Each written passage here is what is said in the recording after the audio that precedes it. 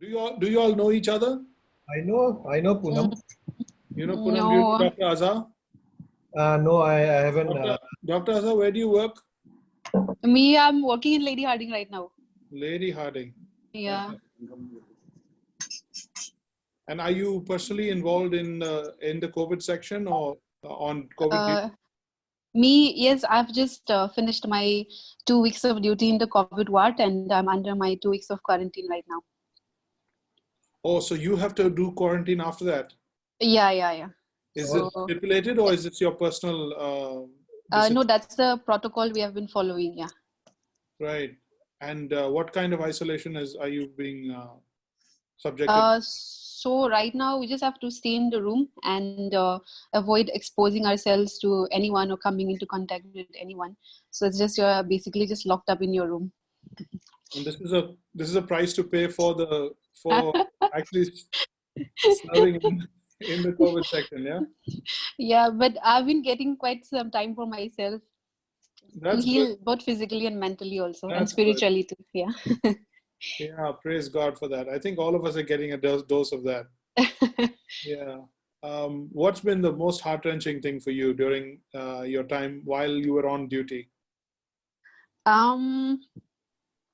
I have seen quite a lot, but I think one of the first thing I would mention is the difficulties of working in the ground reality with the lack of management, lack of coordination, and lack of resources. This seemed very insignificant for people, like for the higher authorities, but it had a lot of impact on us. And secondly, we have been seeing a lot of violence and inhumanity against our fellow doctors and fellow healthcare workers in At and the around the hospital? country. Not actually in a hospital, but we have had a lot of we have quite a few incidents happening in and around the country. Right. Like so, per se in the hospital, we have not had any such thing right now. But That must be very demoralizing. Yeah, it's very heartbreaking to say these things. Yeah, and As a believer, have you been able to speak to, as a believer, have you been able to speak to doctors or nurses or been able to cheer them up or to encourage them in their work, regardless of how people foolishly see this situation?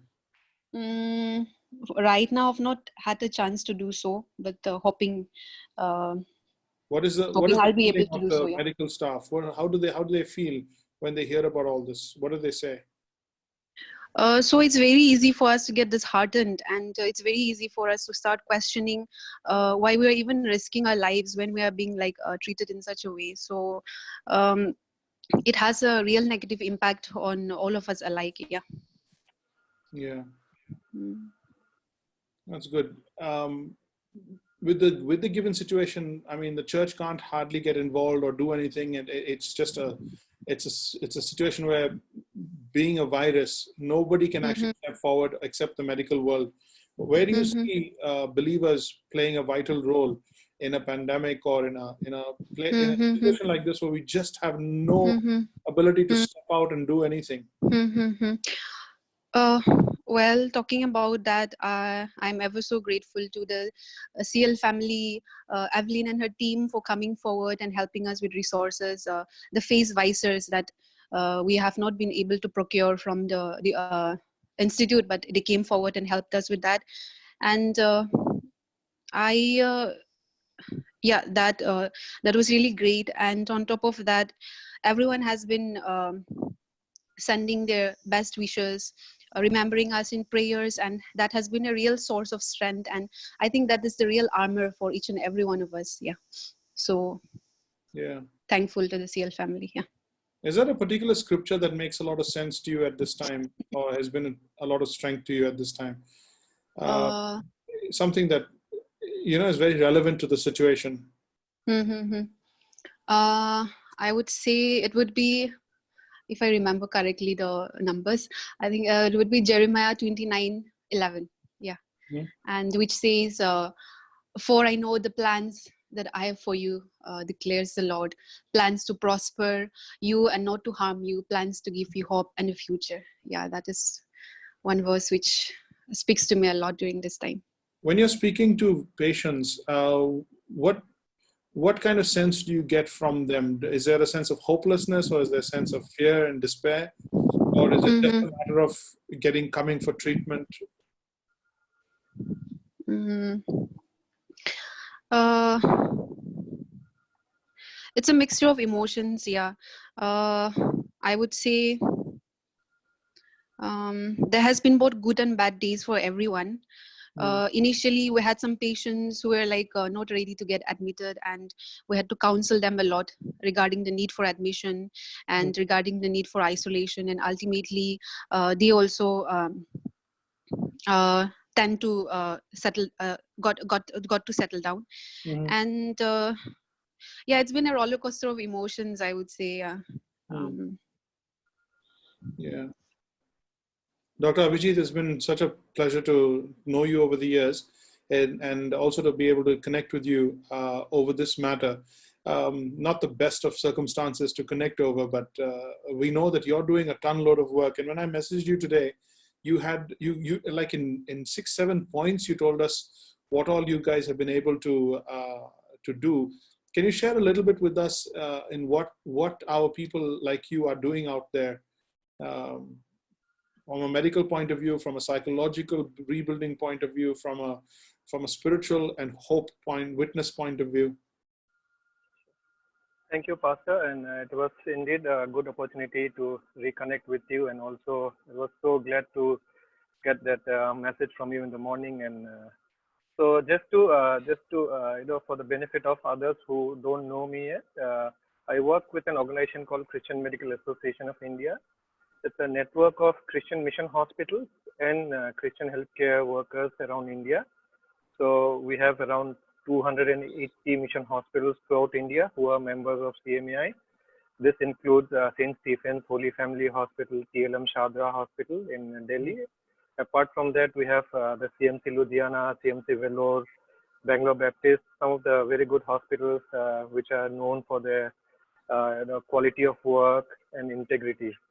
And we also work with Christian healthcare individuals who are doctors, nurses, allied health professionals, hospital administrators, and chaplains. So it is, we actually work with, in fact, all the groups of people that are engaged in health. And our primary beneficiary, or our primary people that we work with is hospitals and healthcare workers and the church. So so our responsibility is mainly for our members.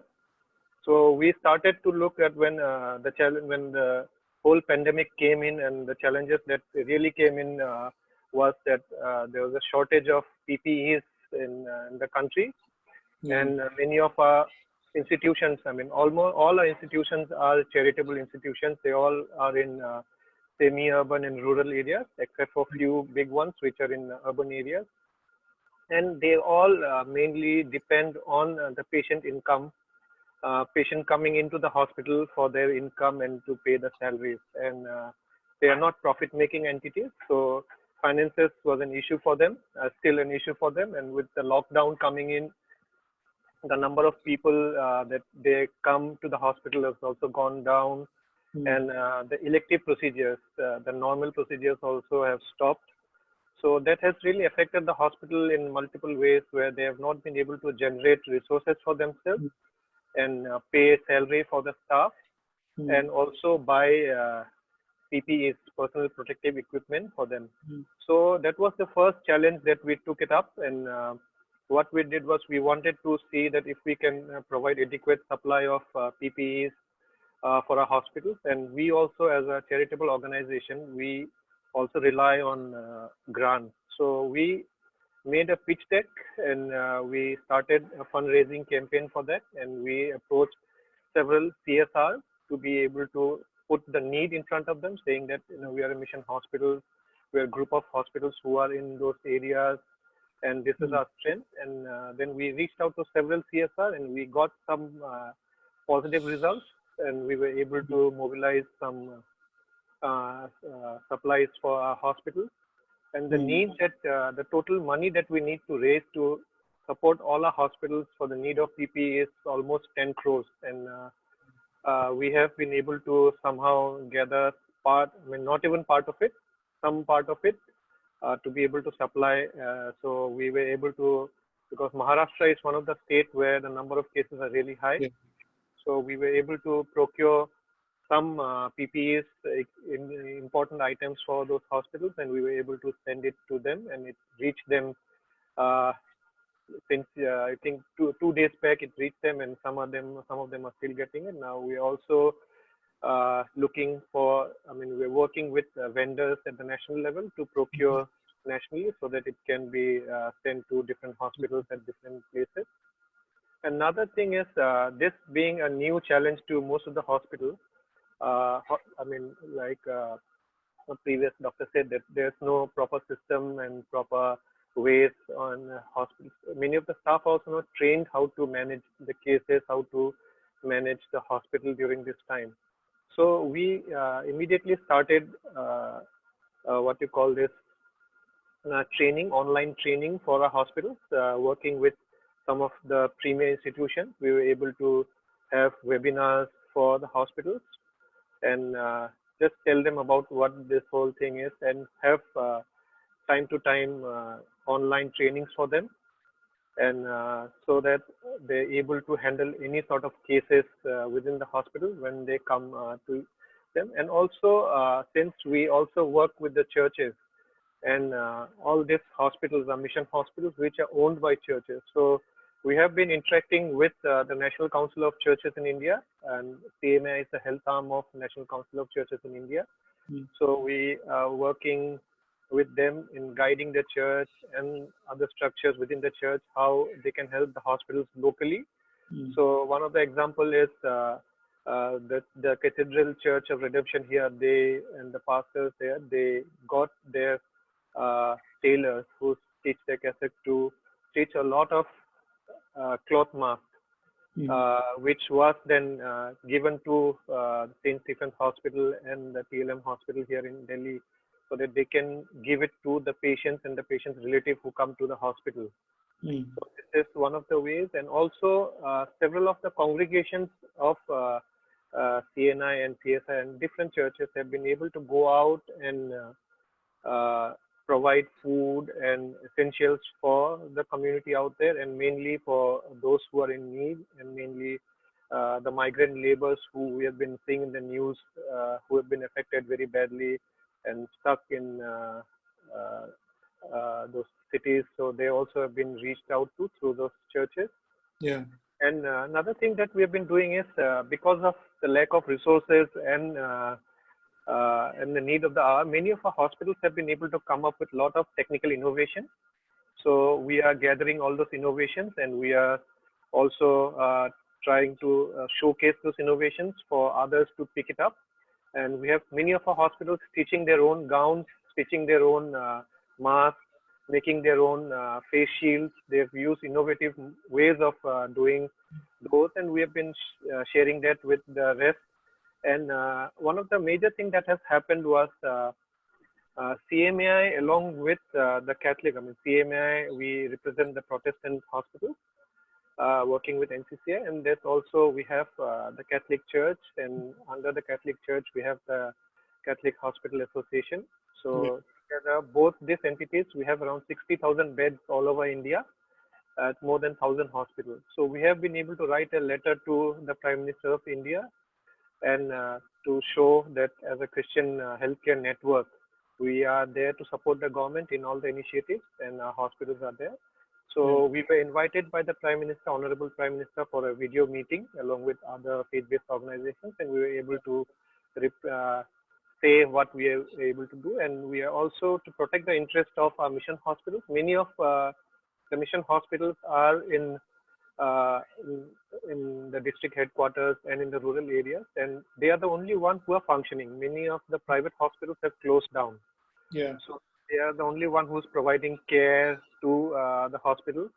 So care to the community. So many of these hospitals have been taken over by the government, the district administration, to be able to be a COVID center.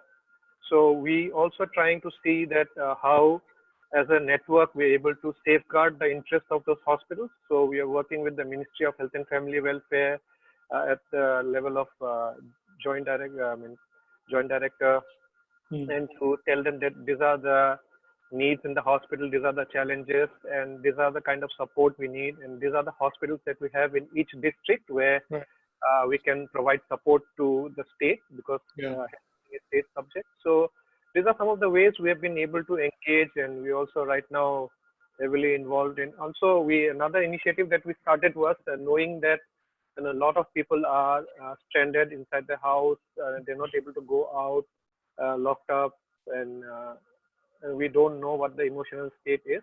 So we started online counseling, tele-counseling services. So we have shared that word around, and we are doing it in a couple of languages, around 7-8 languages now, and we are adding more languages. So we have professional counselors who are there in different languages to be able to address the counseling needs and to address the mental health of any individual who's stuck. That's really great. Thank you so much, Dr. Abhijit. Sister Poonam, why don't you also tell us a little bit of how much you feel as you go in and out with the whole COVID scene, and what are people going through, and what do you think is the message of hope to these people who are especially coming to hospital for treatment? And in what way can we pray for them? How can the church pray for them? How can the church pray for you, our medical staff who are out there and they are doing their duty as well? Can I speak Hindi? In Hindi, please. Yes. I would like to read Philippians 4.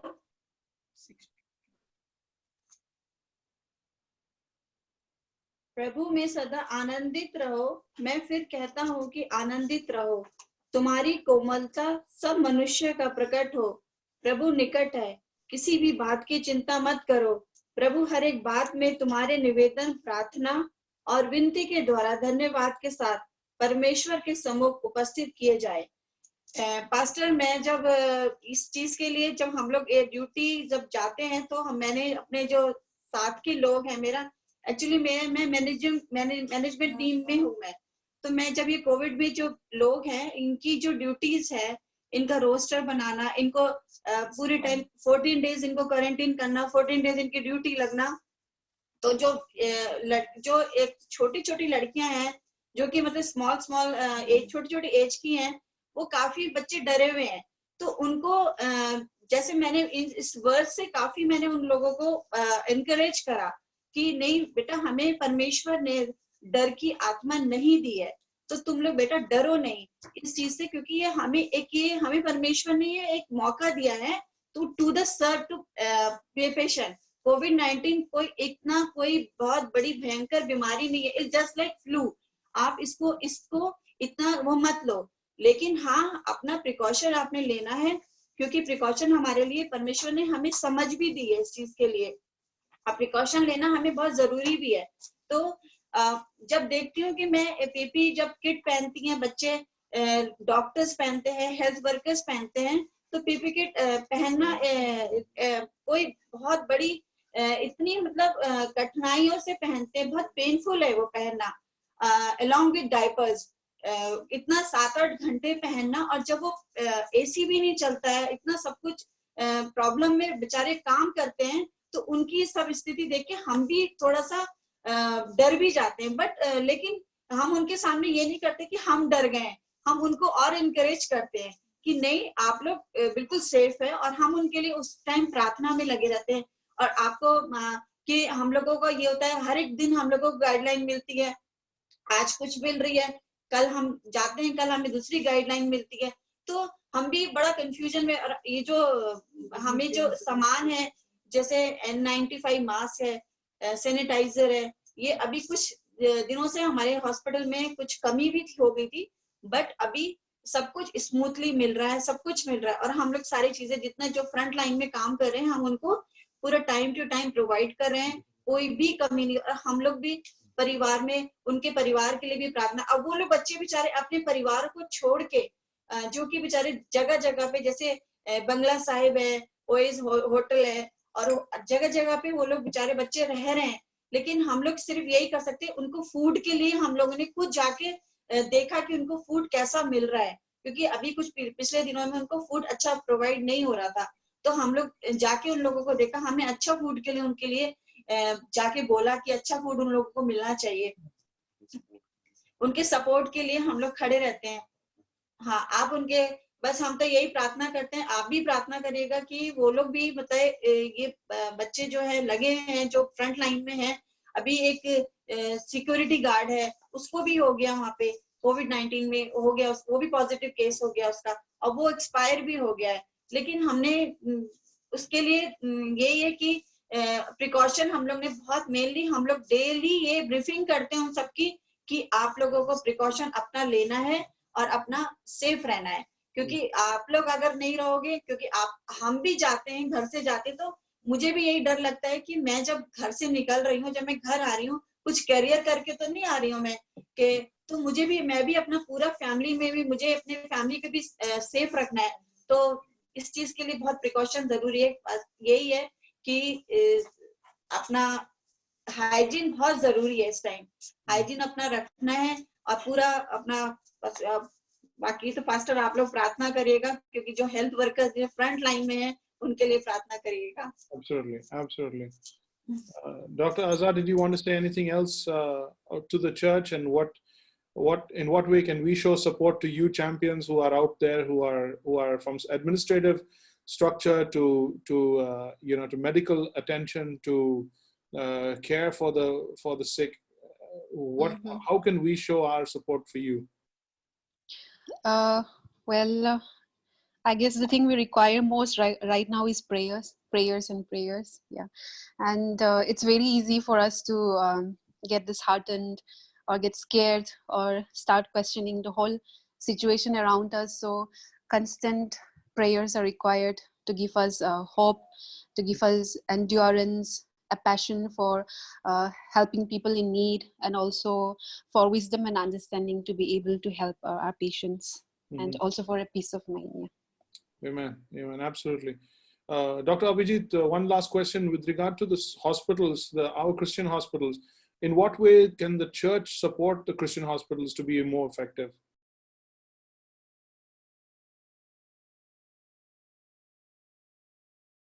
Yeah. Sorry, there was the electricity had gone out. No problem. So I got disconnected in between.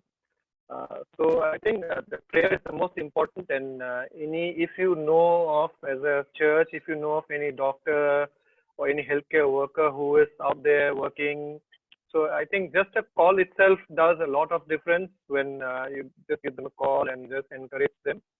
And as a congregation, I think if you can find ways to get engaged in the community and how to meet the needs of the people who are out there who have not have the privilege like be able to sit in the home and get all the resources that are there. There are so many people out there who are really in need, and I think as a church, as a congregation, a lot of things can be done. And I know that most of the churches are doing as a church or in their individual capacity. I think that we need to encourage that, and we need to carry that out. Fantastic. Thank you so much for the short conversation. Wish we had enough time in the service to kind of put all the comments, but we're going to try and select as many as possible just to get the church to be challenged and not just sit at home, and not just pray, but also to think how effectively God has called us to serve the nation at a time like this. How can we come alongside the government, come alongside the medical staff, come alongside the local SHOs and the police, and we want to serve in every possible way, and we want the church to know what you all are doing, because you are quietly out there. Some of you think you're just doing your jobs, but actually you're serving the Most High God, and because that's your primary calling. That's also your primary ministry.